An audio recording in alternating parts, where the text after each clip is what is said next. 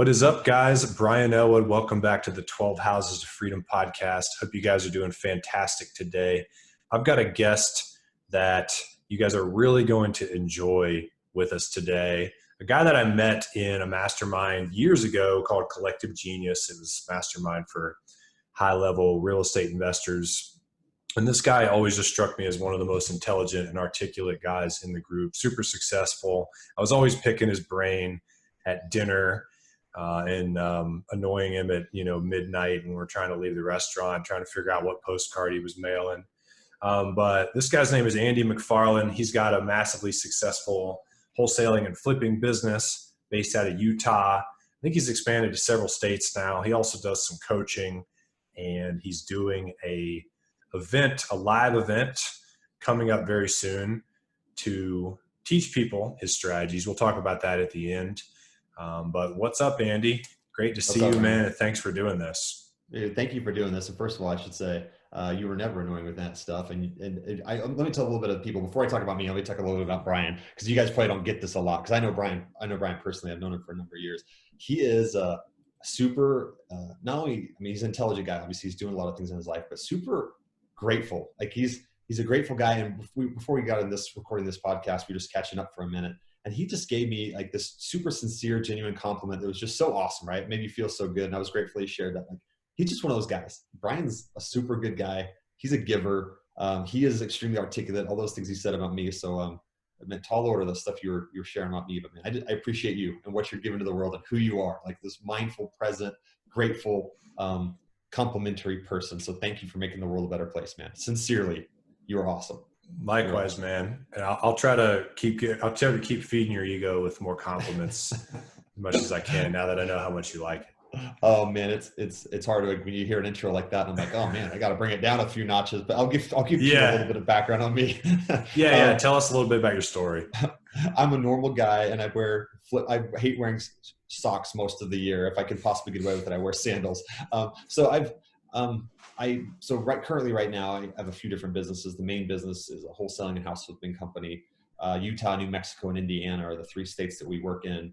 I'm a part of an education company, which we could talk about that too. I own part of a digital marketing company. I own part of a real estate brokerage, and I own rental properties. I love the name of your podcast too, because I'm passionate about that stuff too. So I have a bunch of different rental properties. Maybe we can get into that. Single family, multifamilies, storage units, like all different things. I can talk about that if you want to. But ultimately, I'm a guy that was just chasing freedom. I was a guy that was chasing freedom 18 years ago, and I found it. I found what I didn't even know that I was looking for. Like I didn't know what it looked like at the time, but I found it, and I'm super grateful for it. And I've got a wife and 4 kids, and I love just doing whatever with whoever I want to do it with every day. So, and super grateful for it, right? Super grateful for it. So I'm good to unpack whatever portion you want of this. You've got awesome content all the time, just because you're that type of guy that pulls those type of things out. So I'm ready for whatever you want to talk about. Cool. So what caused you to want to chase freedom in the first place? Oh, wow. Starting with the deep questions. In high school, I never knew what I wanted to be when I grew up. Everybody seemed to know. You guys remember that in high school? Like everyone's always like, I'm a doctor, I'm going to be a lawyer, or I'm going to be a fireman. Everyone knows. And I was always bothered by that. I never knew what I wanted to be when I grew up. And to some extent now, I still feel like I'm not boxed into what I am. I feel like I still don't know exactly what I want to be when I grow up, right? Which might sound kind of weird. But I always knew that I was always interested in like money for some reason, and not from any like bad materialistic kind of way. I just kind of I think I like the freedom that it said. I always used to ask people like, what do you do for work? And how much do you make? Much to my parents' embarrassment, right?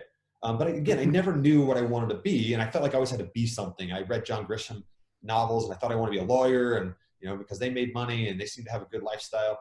But it wasn't until I was playing basketball, like 21 years old, I was playing basketball at a church, and some guy says, hey, do you like to read? And I always did. Yeah. But I never read like self-help stuff, And he's just like, well, there's this book called Rich Dad Poor Dad. And I'm like, that's the weirdest title I've ever heard in my life. So I'm like, whatever. But I read it. And that book, not that it was an amazingly written book, but it's paradigm shifting for everybody that's read that, which is like everybody. And I was like, wow, the epiphany came to me at that time. I'm like, I don't have to know what I want to be when I want to grow up. I can just make money. Like I can just make money and then determine what I want to be later. Like if I want to be a school teacher, or if I want to be a doctor, or whatever, as long as I make money, I can determine whatever I want after that. So that was like the beginning of it for me. And of course, in that book, he talks about real estate. So I started to focus on learning real estate at that point, rental real estate and things. So that's it. I started there with one property, bought it, fixed it, rented it, sold it, did it again until 18 years later, where I'm at now, I'm still doing it, right?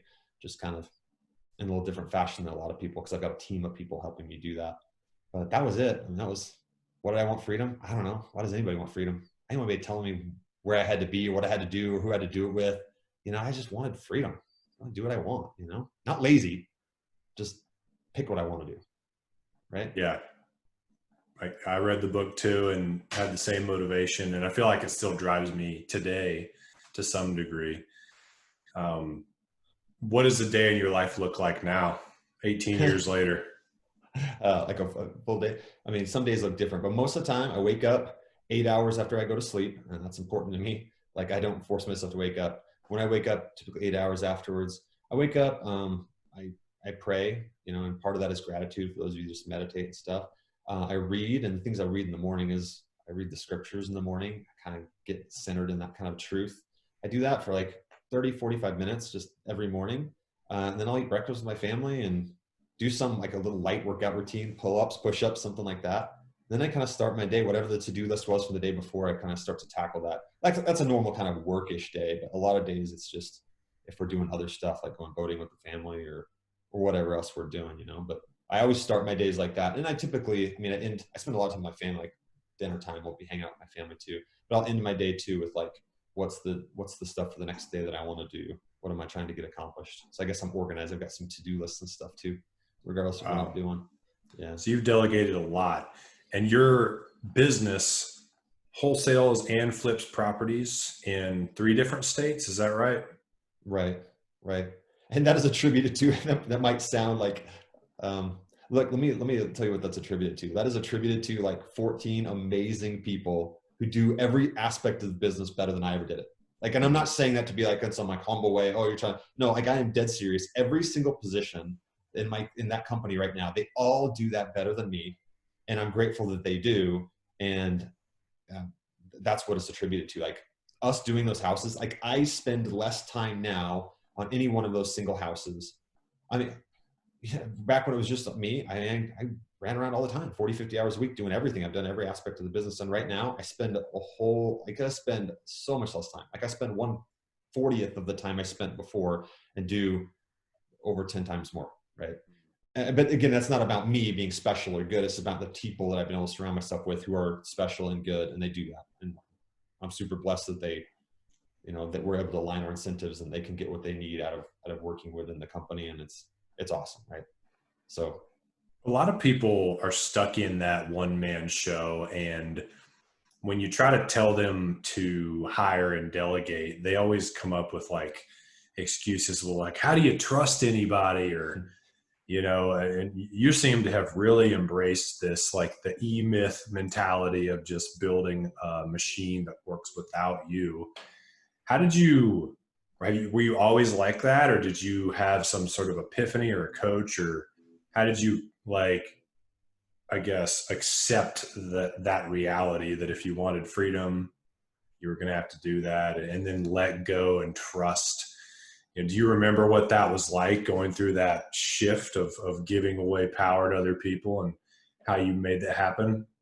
Yeah, a little bit. I mean, the epiphany is obviously thinking like, I didn't have to do everything myself, because I thought that at the beginning too. For whatever reason, that seems to be like implanted in all of us, that we have to do everything, even the stuff we don't like to do. Mm-hmm. So when that changed and I didn't have to do everything, and I let somebody help me with stuff, and realizing that, I think I'm a naturally pretty trusting person, but like letting someone do something, and like the first person I hired was a bookkeeper, and they're like, just trust me, right? And I was like, no, this is mine. I come home from lunch, I have my receipt, and I entered it into QuickBooks. Like, this is mine. I can do this. Like, I thought it was the right way. My receipt. And they're like, I really, like, it was weird, like, because we all get in our own modes of what we think is right, and then yeah. letting loose of that, like somebody said, hey, trust me. I'm like, okay, whatever. And I reluctantly trust them. They did it 10 times better than me. And I was like, wow, And I think, well, maybe I could do it here. And it just started growing, expand from there to where it is today. And like, but I feel like I've always been pretty trusting and like forgiving if something happens. It's like, it's okay. Like, no big deal. I'm grateful that you're there and learning and doing it, but I don't have to do it.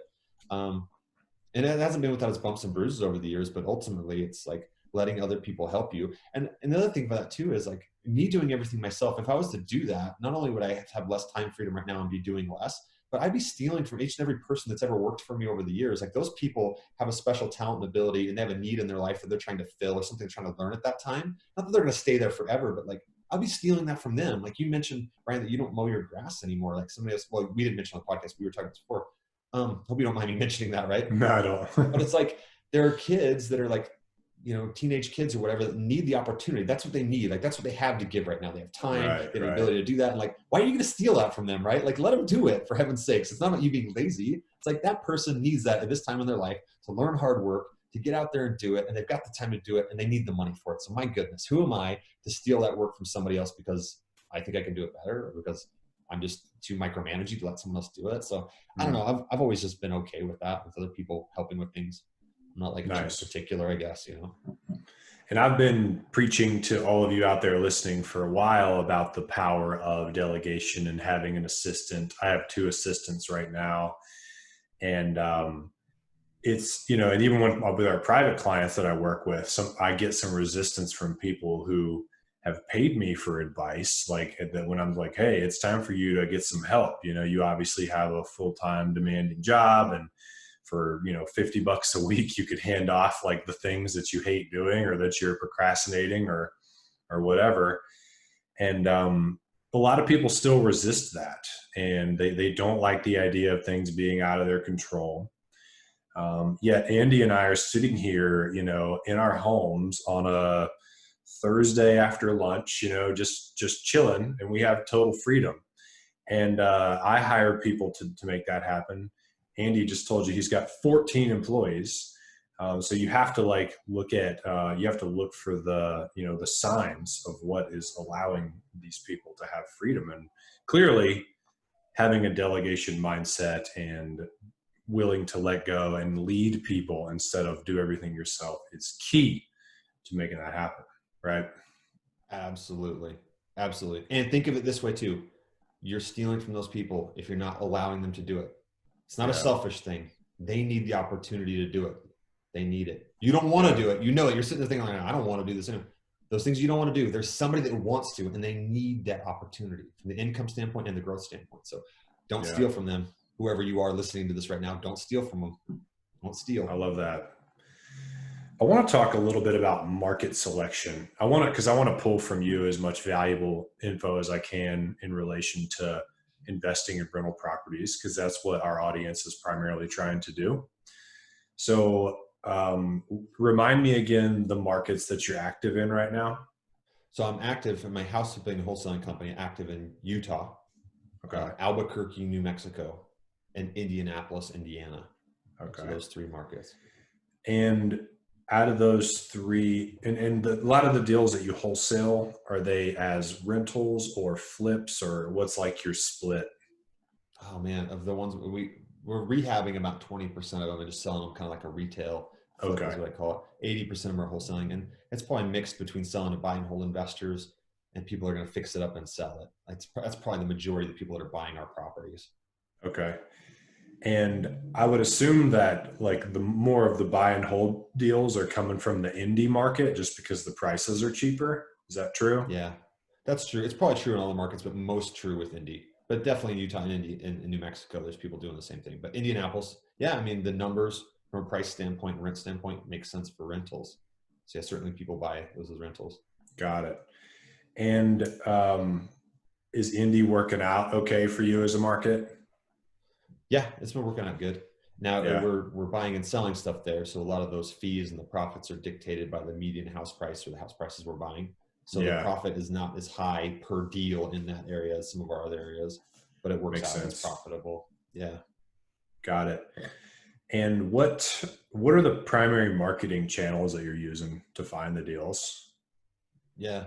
So we use a lot of different marketing channels. I'll go over all of them really, but the primary one, the one that's been a workhorse for us for years, is direct mail. It still is a workhorse. The consistency in direct mail, just being there month in and month out, is still a workhorse. And it's not cheap, and there's definitely competition depending on where you are in the country, but it's a workhorse, and we still prove positive ROI. So we still mail month in and month out. Other than that, we've been online for a while now. So Google pay-per-click and Bing as well. And SEO efforts, and also Facebook, kind of strategically triangulating those 3 with retargeting ads and all that stuff. So we do that. So online efforts work. Again, it can be very expensive and crowded, especially in the pay-per-click space if you don't know what you're doing. But we still get ROI out of that. And recently we've been doing the text messaging. It's the big deal, right? Everybody's doing the texting now, and that works. There's different methods of doing that, but we've been able to pull pretty positive ROI out of that. So we're doing that. But those are the main methods really right now, with the online and the direct mail really being that like staple day in, day out there. Cause it's not a lot of effort that you have to put into it. Like sending the mail once a month or setting the, do the SEO and the PPC. Like it's kind of set it and forget it. Well, I should say we actually, we have a digital marketing company. I have a digital marketing company that actually does this for real estate investors. So my companies are hire my own digital marketing company to do it. Right. So I don't have anybody in house that's like, so I said, set it, forget it. I said it, forget it for us to have our digital marketing company do it. But I realize if somebody's like in the ads manager, like grinding it out right now, it's not set it and forget it for them on the PPC standpoint.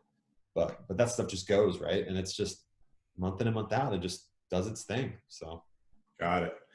I want to bounce a theory I have off of you is with market selection and get your thoughts on this, because the market, at least from the perspective of like a buy and hold investor, is pretty nuts right now. Like I can imagine, I don't know if this is true, but it might even be a little easier to be like a wholesaler or a flipper to find that margin on certain deals. But to buy a property where like let's just say ratio wise, as an example, you're all in for 50, 60K and it rents for $900 a month, so you have the $200 to $300 net on that, has gotten really challenging. And I've even seen people struggle in a market like Indianapolis to find those ratios. Even though the prices there are really cheap. Like if we got on Zillow, we'd see houses there for 10, 20, 30K listed for sale on the MLS. But those properties, from what I understand, are not in the right areas to be a buy and hold investor. Like it's D class, you probably have super high vacancy rates.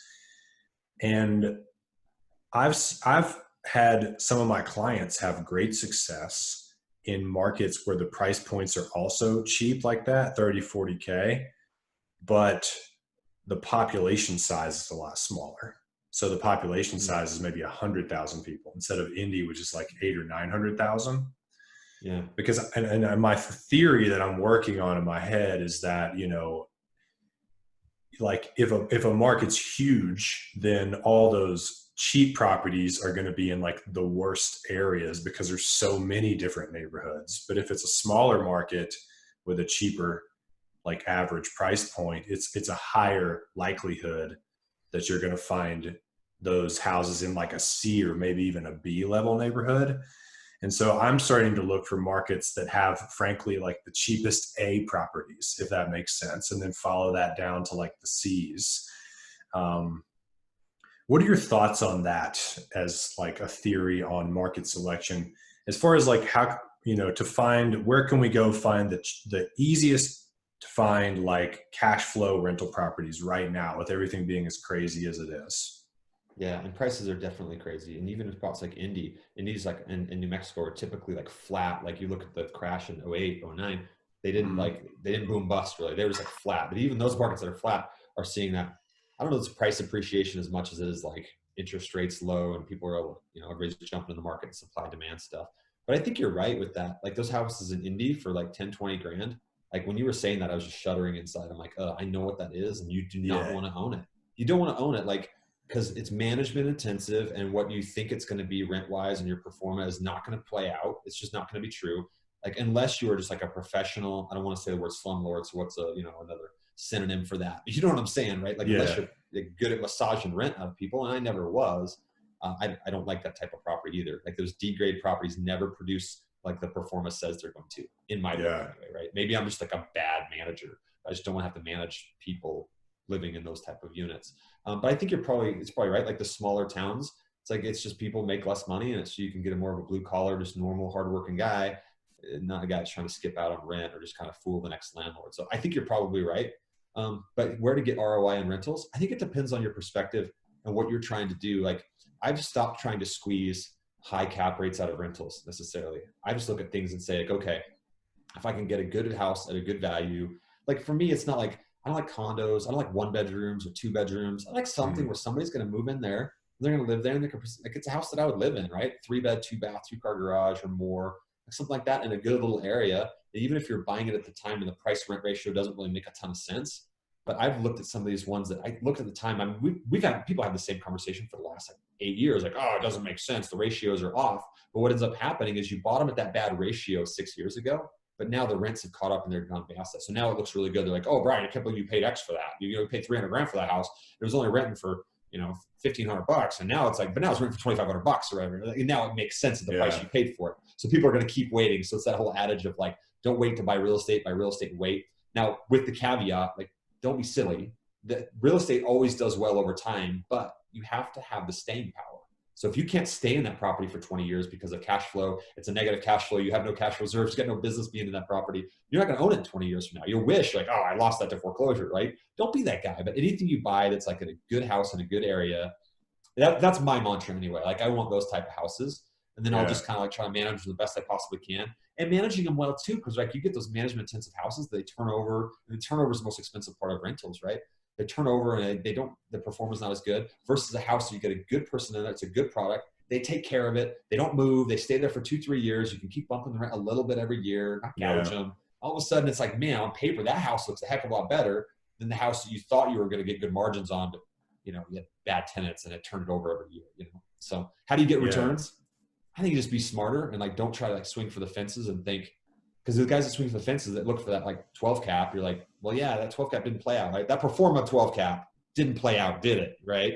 I've never seen them play out, right? You can't cheat the laws of gravity, right? So it just feels like, I don't know, that's my opinion, right? And I might be wrong. I'm looking through the glasses of like, I've never been able to buy one of those properties and have it produce what somebody thought it was going to produce on paper, right? So that's a great point. It's like you get into like, let's say B level or better properties with maybe break even or lose a little bit of cash flow each month. And then you ride it out until it appreciates and now you have equity and then the rents go up and now you have positive cash flow, but now you're in a better property in a better neighborhood that's not as banged up. And so over time you'd have a better looking portfolio. I think the caveat to that is something you kind of already mentioned, is just make sure that you can hold that until it happens, because there's no guarantee of exactly when that cash flow positive moment will occur. And, sometimes I talk to people that are barely hanging on, making, 25, 30K a year. And they're trying to like hustle and grind up some rentals, but they don't have hardly any reserves. Their day job is maybe a part-time thing, or it's a low-paying job. And so I think it's probably important that you take your active earned income into account, right? When you decide to take on a bunch of like break-even rentals as a longer-term play. Absolutely. Those guys that are the nothing down deals and all that stuff, that's great. You can do them. I do them. But you better make sure you have some money in reserves for that. Yeah. When you were talking about this, I was thinking about a house that I took like 5 years ago, totally break even. I think at the time it was worth like 210, 220. She owed like 210, right? FHA loan, decent interest rate, but like the PITI plus the monthly thing before I was renting for was exactly break even. So in truth, it's probably a negative, right? Newer house though, so it didn't have a lot of CapEx that needed to go into it. But it's like truly like a break even from like a PITI standpoint to the payment. And probably a little bit less than that when something goes out every year, right? So a little bit of a loss. Good house, good neighborhood though, totally break even. I was basically just banking on the fact that this is a solid house. It's a place that I would live. So fast forwarding 5 years, you guys know the answer to this, right? It's appreciated, the rents have gone up, and I've been able to like refinance it so that I can take advantage of some of that equity, like use it and increase my returns with that stuff. But like, that's what it was. Like I was not breaking any records when I bought it. Like I wasn't going to tell that story on a new podcast 5 years ago, right? Like, hey, I bought a house at worth what it's worth, the break even. It was seller financing, right? Which is cool. Yeah. But what it's turned into after 5 years was like, I didn't have a crystal ball other than I'm looking back in history and going like, real estate tends to appreciate for a large number of reasons, right? Increase the currency supply, and just over time, it just happens, right? Increased population, and it's basically a hedge on commodities because you're buying the house that's just like wood and shingles and like cement, right? And labor that went into it. So it's like, yeah, it's all going to go up over time. because moon pies used to cost a nickel and now they're probably $1.50. You know what I'm saying? So it's like, I'm not a rocket scientist, but I just bought the thing and could hold on to it because I had, you know, means to be able to hang on to that. And then magically I look like a genius 5 years later. And really it was like, it was been unimpressive most of the time, but it's going to be really impressive in 20 years. Like, cause I'm probably still going to own that house in 20 years. And people are going to be like, wow, you bought that for $210. It's $1 million house. Like, yeah. I mean, I just happened to be the guy that did it. Like, it wasn't, you know, I wasn't anything special. She wanted to give me the house because there's no equity, you know? So That's buy awesome. real estate and wait. There you go. Right. Yeah. Buy real estate and wait. Yeah. And in the meantime, figure out what you're passionate about and love to do and make some earned income doing that so that you have more money to put into real estate. You know, some of the people that are the most successful, they have businesses that earn tons and tons of money, and then they just toss it in to real estate as like, that's how I actually, like, I don't actually identify as a real estate investor. I'm a coach. I'm an educator. I'm a teacher. Real estate investing is just the way I handle my money. It's just a financial plan for me that works way better than other financial plans. Absolutely. No, I totally identify with that. I mean, my business, my widgets that I buy and sell happen to be real estate and not, you know, anything else that could be. But I absolutely identify with that. Even though I buy and sell hundreds of houses a year, I don't keep hundreds of houses a year, right? I make my money in that because it has to. It's an active business that has expenses and all that stuff. And I turn around and I put my money in a couple well-placed strategic houses a year. Not a gazillion of them. I'm not breaking any records. I just buy a couple of them here and there because those are houses like, yeah, that's a good house. B+, A- neighborhood. That's where I'd be there. And I buy it. And then over the years, like, you just collect them. Like you said, I love the name of the podcast, 12 Houses to Freedom, right? I think that's what it's called. I hope I didn't butcher that. But it's that idea, right? It's just like, that's it, right? And I didn't do it overnight. I just like, I lived on less than I made. I invested the difference in real estate, not swinging for the fences, and just making money on good, solid products and providing a good product for a tenant. And now you've got that little stable of houses that they can, you know, it gives you that peace of mind at night, right? And here's the thing too. Here's a perspective I was thinking about recently. We haven't talked about this, but like, I was thinking back on this. Like, I'm 40. How old are you right now, Brian? 36. 36. Oh man, you got that youth on your side. There's probably people really young listen to this, like 20 somethings. You got some people that are probably 60, like, oh dang, these guys, these young whippersnappers, right?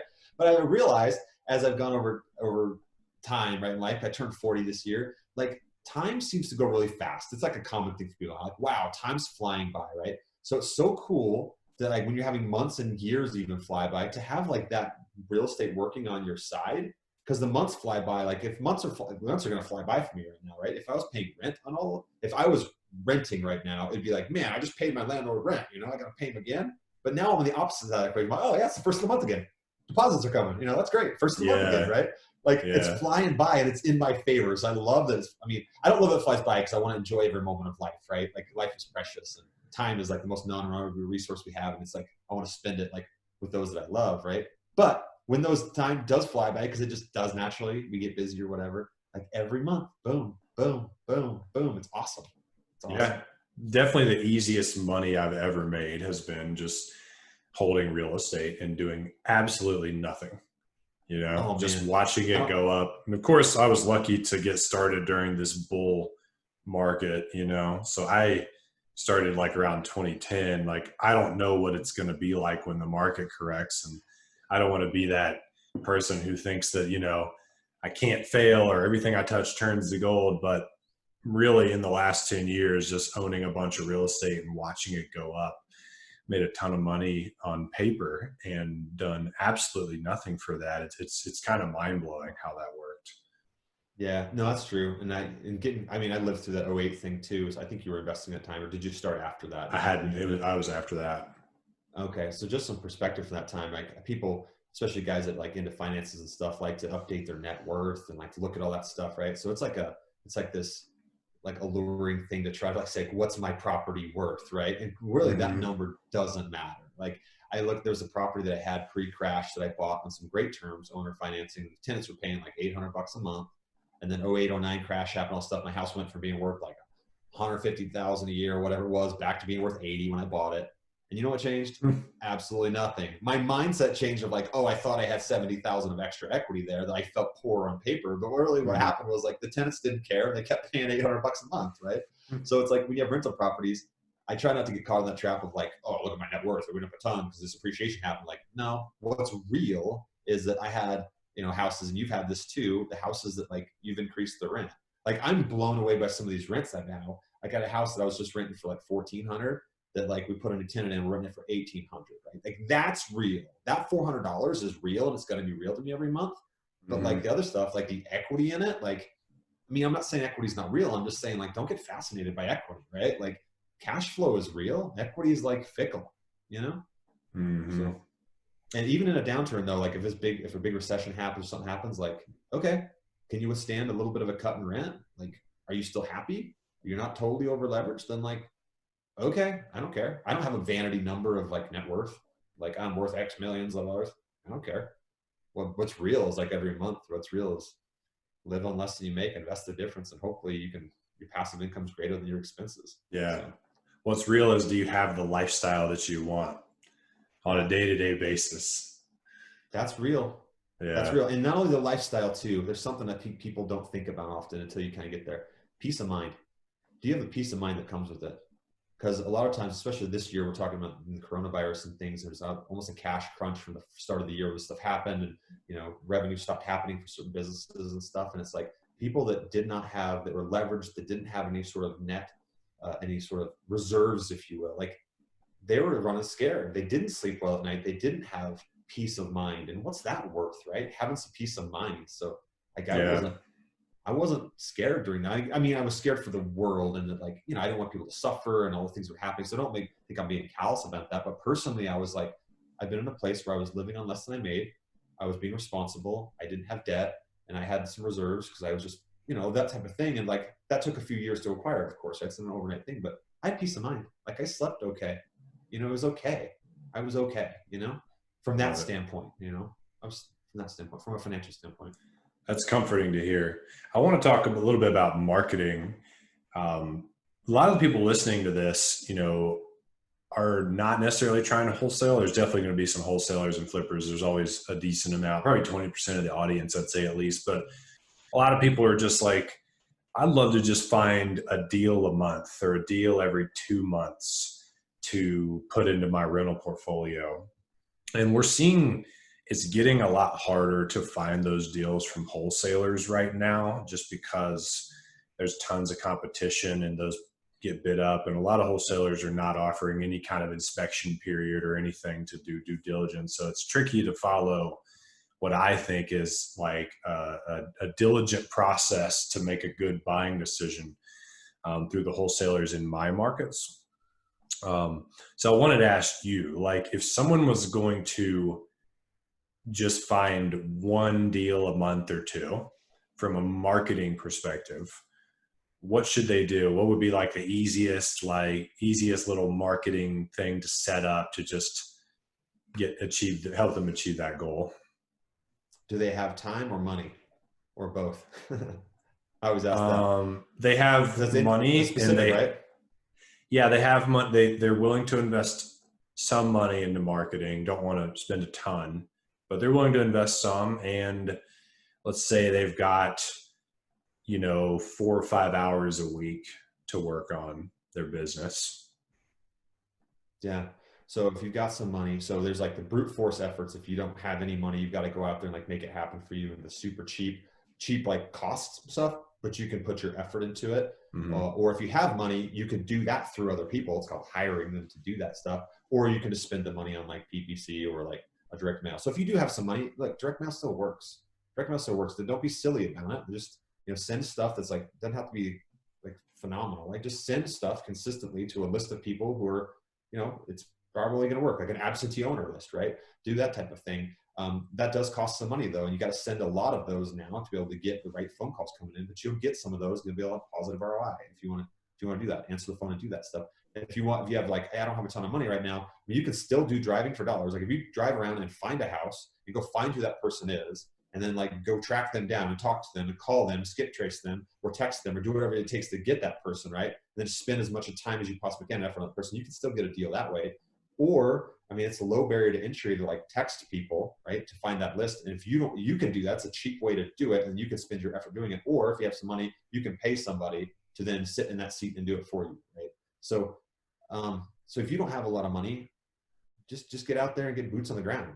Call the for sale by owner, or call the guy that's for rent, and just start listening to people and their stories and like figuring out where the motivation is. Like property motivation is easy to see, right? It's driving for dollars, but people motivation is hard to see. You have to pick up the phone and like call the guy that's for rent. Say, hey man, why are you just curious? You ever consider selling it? And why is this for rent? And how did you get this, right? Start a conversation. And if you do that enough, like turning over enough rocks, you're going to find deals. Now the people, if you're listening to this right now and you're like not consistently finding deals, let me challenge you a little bit here. Like, what are you consistently doing to find deals? Huh? Like they're probably not, right? I consistently find 15 to 20 deals a month because I consistently employ people to do things that are turning over rocks, and I consistently send out marketing that's going turning over rocks for me. It's no magic. I'm no different than you. I start the month with my board of 0 properties as well.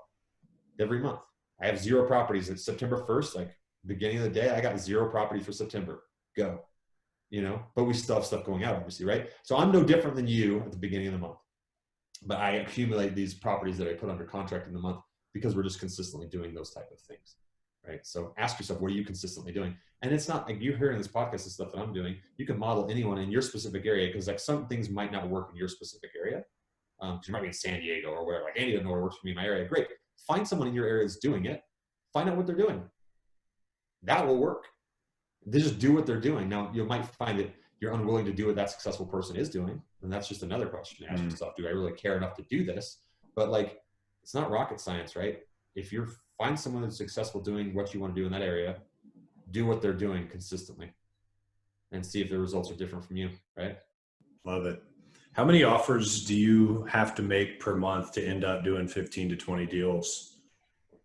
Oh, I have no idea. I mean, we've got like 4 full-time sales reps that are out there like having conversations every day and making, whether even if they're not written offers, you know, they're kind of jockeying to make offers and stuff, and they're following up with people. So I don't know, I'm assuming it's a lot. They're probably making, I don't know how many offers. I wouldn't even guess. I mean, they're making per week. Yeah, but it's a lot. I mean, it's probably still about 10 leads coming in per contract. So however many it is, how many leads is that per month? You know, it's 150 to 200 leads per month. And these are leads not take me off your list leads. These are leads like, you know, I've got a house and I might be interested in selling it with various levels of motivation, right? But yeah, that's the person, right? So get those. There's a metric for you, right? And if you handle that well by answering the phone and talking to them, listening to the story, following up, and doing the things you say you're going to do, yeah, 10 to 1, you should probably be able to get that. I like the question you asked about what are you doing consistently to get deals? Because I'm guilty too, man, of wanting outcomes, but my calendar does not represent the fact that I want that outcome at all. And I actually remember something you said back in Collective Genius about handwriting your goals every single morning to really refocus and recenter yourself on what you want. I'm going to put you on the spot. Do you still do that? I don't handwrite my goals every morning, but to say that, it's interesting you said that because that was a number of years ago. I found my yellow, it was a paper like this, for those of you who are watching this. It was one of these yellow pads, and I found it recently because I had it downstairs where I used to go down there and do that. And I mean, it was like day in, day out. Like I had a bunch of them, and it was probably like 15 things. And I looked at those, and what's interesting, I mean, I achieved almost all those goals, right? Wow. So, yeah. But is there something about that, right? What you focus on, you tend to get. Now, be careful what you focus on, because sometimes you might be focused on the wrong things, and make sure that you actually want those things you're going for. But yeah, I definitely did that. I did that for like a year solid, right? It was solid. It was a solid tactic. Yeah. Right now, I look at my stuff probably once a week. I mean, I do journal once a week. You were asking me before this, like what my method is for doing stuff. And I have to do lists every day. And then once a week, I kind of reflect on my week and write the key things that happened there and how I did with my rhythm registers, which things that you know, just the things you do every day, right? You're kind of noting today, or didn't I do those things? I'll look once a week and say, like, how am I doing with this? And kind of overall some goals that you're trying to do. I have them in my journals right behind me. This way I do a journal every year. This is a kind of a fancy journal, right? But I've got my own little thing that I do. That's nice. leather bound. My wife's like, why do you pay $40 for something like this? Because you go to Barnes and Noble, it's like probably $40, but that's why. I mean, these are the books that are all like right here. These are all journals from previous years. You're like, sweetie, I think I'm going to make my money back on the investment. Because of course there's cheaper ones, right? There's cheaper ones you can buy. But for some reason I like that. It's kind of like a book, and it means more to me. And I look back at the previous years, and I track certain things in my journal. I'm kind of weird like that. Like I track a lot of stuff in my journal. So, well, I have a vision for how I want my life and my career to go. And then I have, goals for this year, and I have monthly project plans, and I have a checklist of, tasks to complete either on a daily or weekly basis. And I still lose track of what I'm supposed to do if I don't sit down and look at all that stuff at least once a week. So I do it on Monday mornings. And and a lot of people think that I'm dialed in and focused and stuff. And I'll start Monday and be like, well, what were the goals again for my life and my business? So if I can't remember, and you guys don't have any of this written down, and you're not rechecking in with yourself or writing your goals in the morning like you did, it's no wonder that you're lost and confused, and you have shiny object syndrome, and you find yourself drowning in your email or on social media, right? Yeah, absolutely. Oh, there's so many distractions out there. So you're absolutely right. There needs to be a place and time where you come back to, refocus. What as I said I wanted. Is this still what I want, right? It should be. Yeah, absolutely. I write stuff on my whiteboard. It's a mess. If I turn the thing right now, you see this stuff on my whiteboard. It's current. The things at the very top of my whiteboard, they're ever present in front of me. Those don't really change. They've been there for kind of a number of years. But stuff that I want in front of me, like a quote, stuff that's kind of like my thing. Quote's one of my goals for the year. This one that's been up there for a while. And it's I see it every day. It just keeps me focused. Any other tips on mindset, routines, personal development type things that you could share that you feel has given you an edge over the years? No, I mean, I don't know, consistency, being around people. This is you hear this a lot, but being around others, you're just getting around other people who have what you want to have, right? And just kind of modeling that. But yeah, I do that. I guard the things I put in my mind. I read specific things and listen to specific things, and I'm around specific people. I try to be intentional about what comes into my mind, into the theater of the mind, because it's going to play out in your life.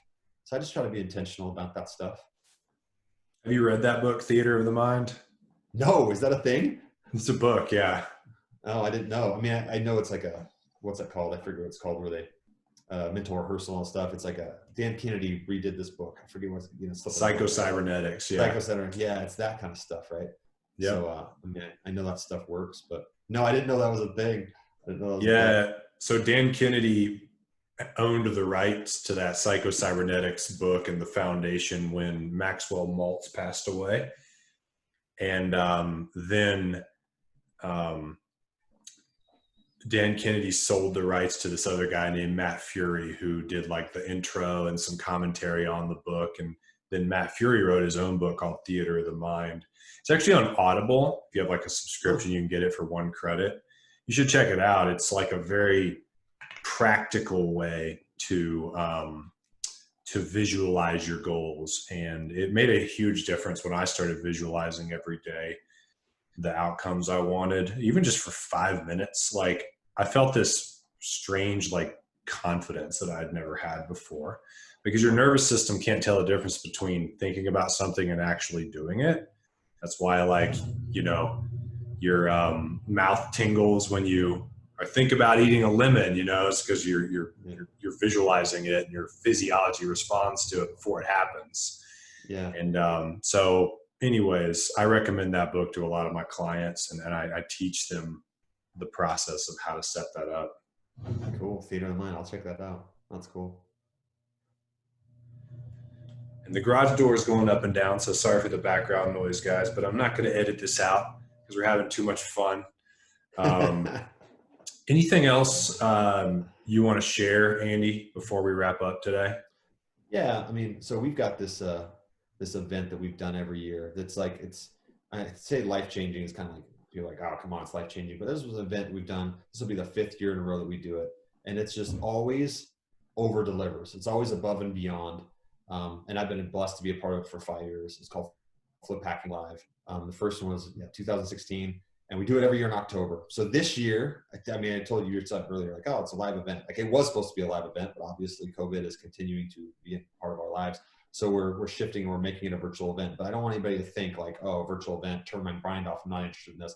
When I say over deliver, like, this event will be like nothing. It's not going to be just a Zoom call of you sitting there watching everybody. It's going to be super impactful. It's a 3-day thing. The speakers that we've got, like, it's going to be awesome. We're going to use some of the things because of this virtual event. We're going to use some stuff that you couldn't do in a normal live event. It's going to be awesome. So we're actually building out a stage for it in North Carolina. So I'm actually flying to North Carolina to go speak at a virtual event, if you believe that. But it's going to be that cool, right? It's going to be that good. And we put a lot of thought, effort, energy into this to bring the right speakers and the right stuff. So it's going to be impactful people's lives. So the beautiful thing about this year is, it's still a 3-day event, which is super impactful, but you don't have to like pay for all the other costs that come associated with that, right? You get to sleep in your own bed. But I tell people it's called Flip Hacking Live. I wouldn't be saying it if it wasn't going to be impactful, because it's definitely not the money from the event. Like, I mean, I'm a part of the organization that puts it on. So, but it's super impactful. The ticket price, it varies, right, depending on when you're listening to this, but it's like $400, right? It's crazy for 3 days of phenomenal. We've got, like, most people from, like, in the industry, people like me that are doing it right now in the trenches, sharing like their wisdom that they've thought through for the last few months, right? We also we've got like 3 professional people we're bringing in that we're paying paying a lot of money for these people to come in here. So it's a super impactful event. So I'm saying that because we talked earlier before this call, like, what is it, right? Like, once you've achieved your financial freedom, like, what is the next thing? And like that contribution and being able to have purpose through helping other people, that's really what this is about. Like, people that come to Flip Hacking Live, it changes their life. They go to it, and in the next year or two, they're end up speaking at it. So anyway, I would just encourage anybody that's interested in that, check it out, fliphackinglive.com, October 15th through 17th. I promise you it will over deliver. And actually, there is like a little asterisk at the bottom. If it didn't do that for you, you can get your money back. But like, we're not expecting that anybody's going to want to do that, but you can if you really want to. So I promise it will over deliver. So that's it. That's my, Yeah. Nice pitch, man. No, I'm just kidding. I can tell you believe in that. And you're not obviously doing it for the money at that price point. I know the caliber of the people that are involved in your mastermind is like the top tier investors sharing all their secrets and stuff. So that's just, I thought it would be more expensive than that. That's awesome. I'll definitely put the link for that in the show notes. And dude, thank you so much for your time today. It's just been great to catch up and to see what you're up to and to see what's working for you. And I'm sure everyone's loved this as well. Yeah, thank you, man. Thank you for what you're putting out into the world, because it's taken a lot of effort and energy, everybody, guys, for Brian to do what he does, for you guys to sit there and consume this podcast. But like, he is an awesome guy, putting out good content, bringing on good people, and just a genuine, grateful guy. So I'm glad you guys are able to interact with him through this medium, because he's putting out good stuff. So thanks, man. I'm going to splice that out and run ads to it. Dude. You're putting out good stuff to the world. It's good stuff. Yeah. So thank you. All right, man. Thank you again. And thank you all for tuning in. And until then, we will see you next time. Peace.